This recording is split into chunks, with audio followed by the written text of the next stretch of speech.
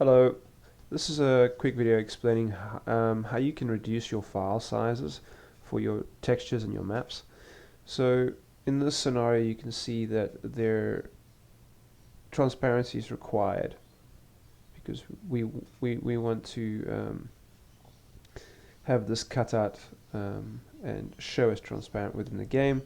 With this normal map we don't need transparency. So when we export this normal map, we just make sure that transparency is not turned on.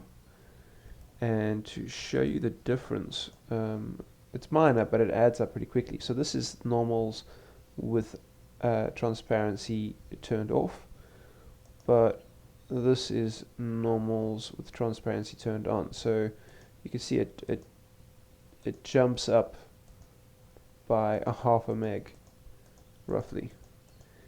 And so just make sure transparency is turned off when you don't need it, and obviously turned on when you do, and that'll drastically reduce your file sizes and sort of keep your APK nice and low.